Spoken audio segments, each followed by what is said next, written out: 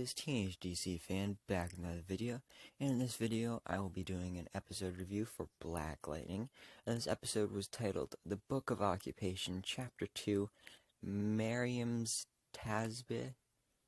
Not really sure if I said that right, probably didn't, but, whatever. So there's been a lot of changes going on with, not just for Jefferson Pierce, and his family, but also for the entire city of Freeland as well. And of course, Jefferson and Lynn are still locked down in an ASA facility due to the threat of the Markovians. And there's a perimeter around Freeland keeping everyone in, and Agent Odell isn't exactly being honest about anything currently going on in regarding metahumans and the real aim of the ASA, because he's secretly evil. Yep. And the stakes are pretty high for everyone in this episode. So we open up the episode with the young Muslim woman from last week, who's going through some horrible side effects from the tests that are being run on her in the ASA facility before moving to Lala in a hotel room, trying to operate the briefcase. And he's waiting for Tobias Whale to find him. And then also at the police station, Henderson holds a press conference stating that the ASA now has to approve all media broadcasts and information. Imagine what that would be like in our world. Like, our real world and society, it's all about social media. So then imagine having to get permission to post every single thing on social media. That would be insane. He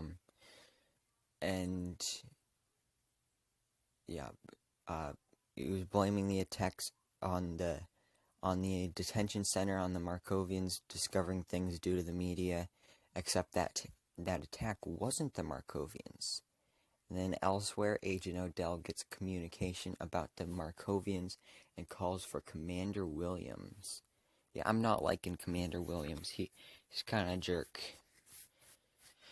But Jefferson and Lynn chat while they're in their detention time, I guess you could say. And Lynn asks him if he wants to go through some data with her. Jefferson points out that Odell is playing her, and pretty soon, Williams will show up to the room as they suddenly can't hear them. Because Jefferson wants to contact his kids, but Williams refuses. He asks them to follow him, and they're scared, and then taken into a new living area that's pretty much a lot more luxurious. It's like a mini version of a home. It's like a room that's completely white, like everything in the room is white. So it's like really bland in color, but then you have like all the furniture and stuff that you would need. Like it has a bed, a couch, a TV, and plus the refrigerator is filled with snacks and drinks that they love. So, that's cool. And they want Lynn's help with the pod kids and green light babies, but Jefferson is starting to question the validity of the Markovian threat. So he and Lynn disagree on how to handle the situation.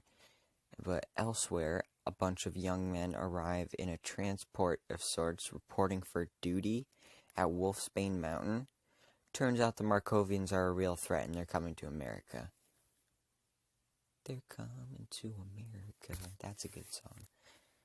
Today, Commander Williams, so he shows up at the police station, declares martial law, and takes one of the offers, claiming she uses green light and could be a meta. But then outside the perimeter, Blackbird, aka Anissa, is fine and trying to lead the metas to safety. But the Purdy she saved from Looker last year is not happy. So they were on last season. But Jennifer is paid a visit by Agent Odell because the surveillance system in the house crashed. And he's looking for Anissa, but offers her a phone with a video from her parents and tells her that she can call him on that phone. And then out on the streets, Lala goes looking for information. Honestly, I'm kind of tired of the whole Lala thing. Because, he died once and came back to life. He died once, again, came back to life. And that was before we knew that he had the power to come back to life. But now it's like he's just dying every episode. And, like, I'm just tired of his story. Because it feels like it ended in season 1. Like, it just feels like it would have. But then the party wants to put limits on their help with the metas. Then, of course, Blackbird gets violent and aggressive when the party attempt to stand their ground. In Freeland, Henderson secretly meets with Gamby. Gamby needs something from Henderson to save Anissa, but Henderson resists. And in the ASA facility, Lynn tries to help Miriam, and because her body is breaking down from the use of her powers, which is why she's having so many terrible symptoms. Like her eyes are bleeding, she's getting headaches, her hair is coming out, her fingernails came off. So, yeah. But in Freeland, Henderson confronts Williams about his taken officer, and in the distraction, Gamby sneaks in and takes whatever it is he needs. Lala confronts people over the rations when a rival gangster shows up and shoots him. Of course, Lala doesn't stay dead, and the other guy flees. But the Purdy have a change of heart when one of the metas is revealed to be able to control plants, and Gamby is able to contact Anissa and reveals that units are gathering potentially to invade the Purdy. And Anissa takes them out, but it turns out those units are Markovian. That's right, the Markovians have arrived. And with Jefferson's help, Lynn tries to help Miriam, but she collapses. Elsewhere in the facility, it's revealed that Khalil is still alive and well, but he's being used as a weapon that Odell is literally programming, called Painkiller, and that they plan to use on a target by having him kill her. The target? Yeah, it's his mother. So then Khalil is the test of a brain wipe chip. Miriam reveals to Jefferson some of the details of what she's seen in the facility. Odell makes it clear that he knows about Jefferson's power increase. Later, Jefferson tells Lynn what Miriam told him, and she's not happy that he spoke with her. So then they have a fight, but they still sleep together. But no sex for the night, because they're angry. But meanwhile, in Freeland, Khalil as Painkiller shows up at his mother's home and murders her. So he killed his own mother. That's sad. And then also at school, Jennifer attempts to break up a fight and ends up beating up those who try to attack her, briefly manifesting her powers.